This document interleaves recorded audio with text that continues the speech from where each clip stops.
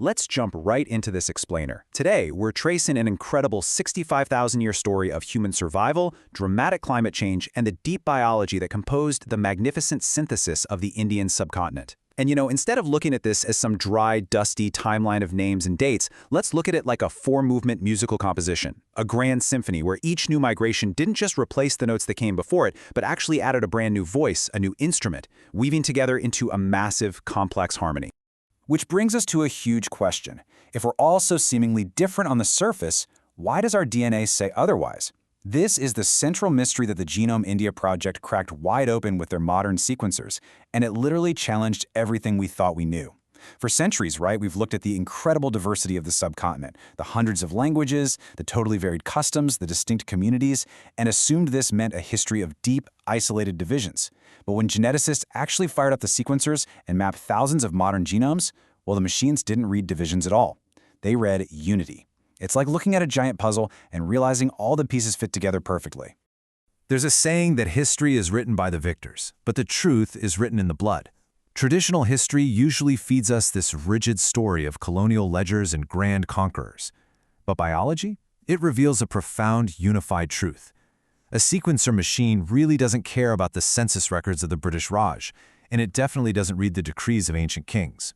What we're seeing in the biological data is a completely different narrative, one that totally bypasses the written records of the elite to tell the real, on-the-ground story of everyday people surviving, adapting, and mingling over tens of thousands of years.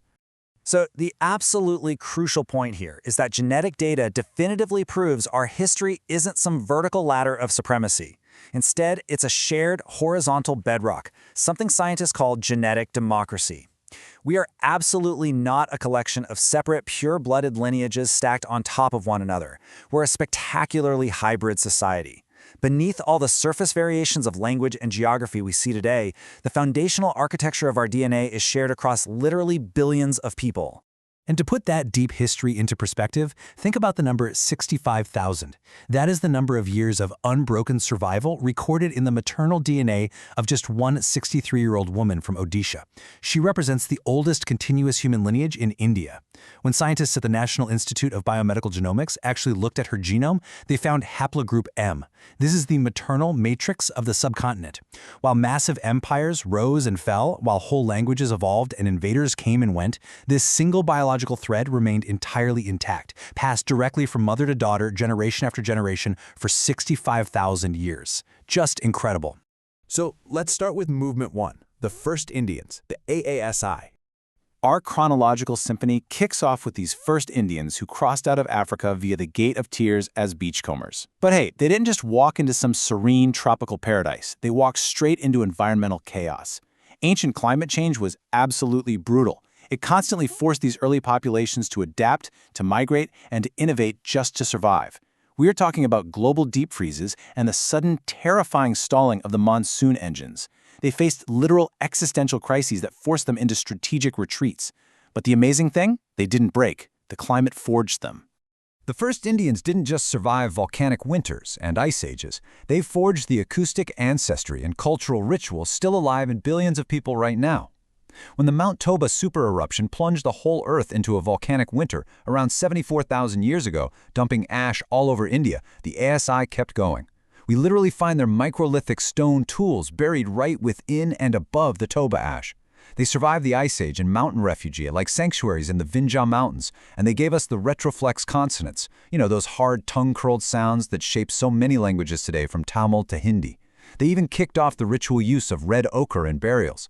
That's the direct 15,000-year-old precursor to the sindoor worn today. Moving right along to Movement 2, the first farmers. Let's see how this builds. When the 8.2 Ka climate event struck, a massive migration added a totally new voice to our composition. Fleeing a brutal multi-century drought on the Iranian plateau, Zagrosian herders descended through the Bolan Pass to the Kachi Plain and organically merged with the indigenous ASI hunter-gatherers at Merigur. This proves that genetic democracy happens naturally, right around the family hearth. This is such a critical moment in our explainer. When the Zagrosians showed up with their domesticated goats and seeds, they didn't conquer the ASI. The DNA completely proves it was a true merger. Zagrosian fathers and ASI mothers shared food, shared fires, and raised children who spoke a brand new hybrid language. Now, what's super fascinating about this transition to farming is the stark, hidden physical cost, which they traded for the massive power of a caloric surplus. Look at the data here. While the ASI foragers were tall, around 175 to 185 centimeters, and incredibly healthy with excellent teeth, settling down to farm caused their average height to drop by roughly 15 centimeters. They started developing cavities and anemia from the sedentary mud brick lifestyle. So why on earth would they accept this trade-off? Simple: societal scale. Agriculture allowed them to store surplus grain, meaning they could support populations 10 to 100 times larger. They basically traded individual physical robustness for the immense collective power of scale. And this genetic data definitively proves that the meeting at Meergaard wasn't a violent conquest, but a genuine biological merger.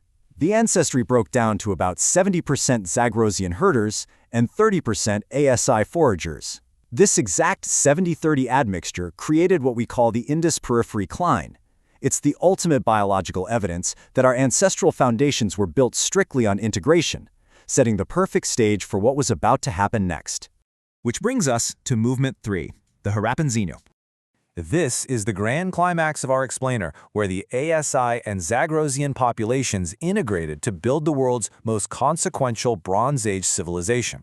Across 1.5 million square kilometers, they used this exact immutable 4:1 brick ratio.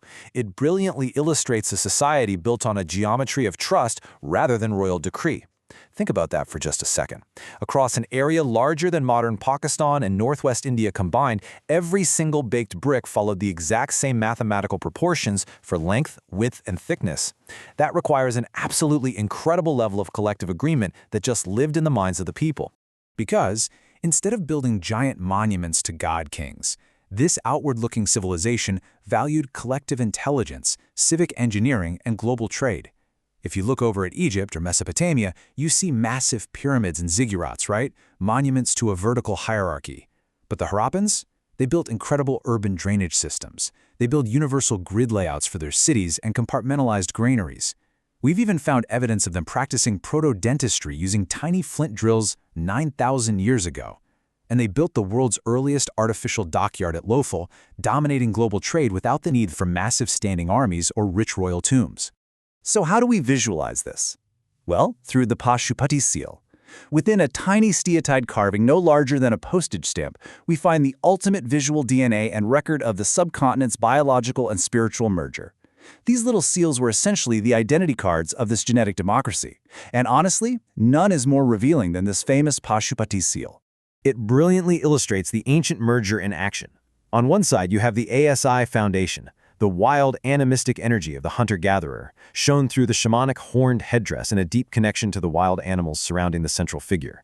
Then you have the Zagrosian addition, perfectly locked in, the deep, intense internal discipline of the farmer's sedentary yogic posture. Together, they form the prototype for Lord Shiva. It is literally our entire genetic history, beautifully carved into one tiny piece of stone. And that leads us to Movement 4, the Eastern Weavers. Now, while the Harappan zenith was dominating the West, an entirely new genetic current quietly arrived in the East. Austroasiatic farmers arrived via the Brahmaputra corridor. And without firing a single arrow, these arrivals used the sheer caloric power of flooded wetland rice paddies to weave their legacy permanently into the biological bedrock. They brought wetland rice, a crop that would go on to feed half the world, and pentatonic music. And just like the Zagrosians out west, these new paternal genes merged seamlessly with the indigenous ASI mothers.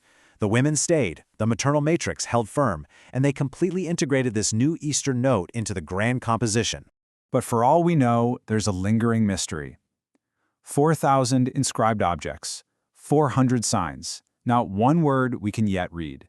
Despite having sequenced their DNA and mapped their epic migrations, the Proto-Dravidian language of the Indus script remains the most intimate silence in human history. We know their genetics, we know their trade routes, we've marveled at their city grids, but we still can't read their words. If the Proto-Dravidian hypothesis is correct, the language spoken in those ancient grid-lined streets is the direct ancestor of modern Tamil, Kannada, Telugu, and Malayalam. So, when the silence of the Indus script finally breaks, what will the genes tell us next? As we continue to decode this incredible 65,000-year genetic composition, it leaves us wondering what totally new verses of our shared human song are still waiting to be discovered. As you've seen today, we are not a collection of divided, pure-blooded lineages. We're the living, breathing culmination of humanity's greatest biological merger. Every time you speak, every time you see the red of Sindor, you're echoing an ancient song. So what do you think we'll hear when those ancient stones finally speak? Keep questioning, keep learning, and I'll catch you in the next explainer.